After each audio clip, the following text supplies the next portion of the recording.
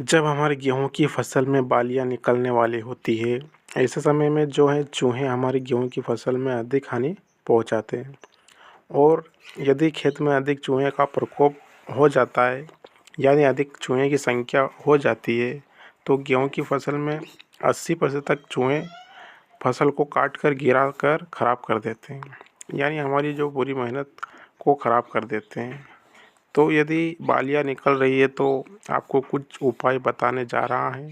ये उपाय करके गेहूँ की फसल में जो चूहे लगने का जो समस्या है, उससे आप आसानी से बचाव कर सकते हैं।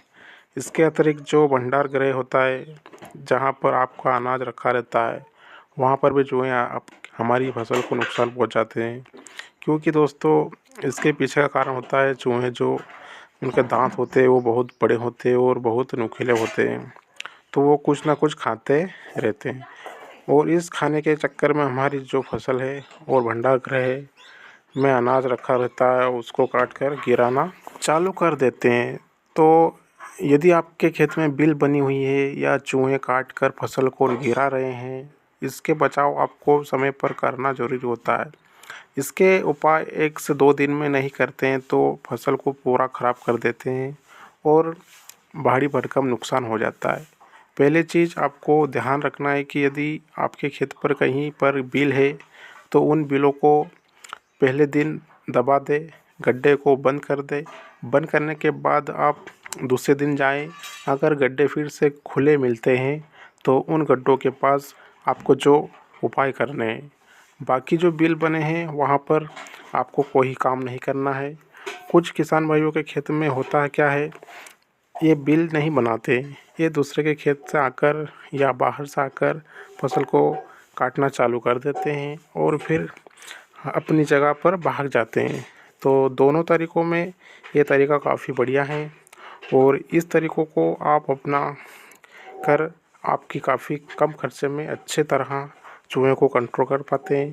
तो सबसे पहले दोस्तों, जो उपाय है उसके बारे में हम आपको बता दें। इसके लिए आपको बाल लेना पड़ेगा और वो आपको आराम से नई की दुकान पर मिल जाएंगे और उन बालों को लेकर के आपको कैंची से छोटे छोटे टुकड़ों में कर लेना है। छोटे छोटे बारीक टुकड़ों आपको करना है। उसके साथ आपको 2 चीज़ें मिलाकर आपको देना है। एक चीज़ आपको गुड़ लेना है। गुड़ जब आप लेंगे तो गुड़ को आपको बारीक तोड़ना है, बहुत अधिक, फिर इन बालों में मिक्स कर देना है।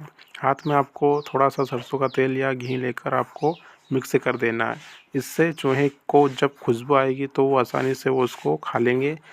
चूहे इतने होशियार हो चुके हैं होते हैं, यदि कोई देखते हैं या खेत से बाहर की चीज़ें रखी है तो वो उसको मुंह तक नहीं लगाते। ये चीज़ जब आप करोगे तो सुगंध में आकर और उसको खा लेंगे। खाने के बाद ये तो आपके खेत छोड़ देंगे या खेत से बाहर भाग जाएंगे या फिर 2-4 दिन में मर जाएंगे।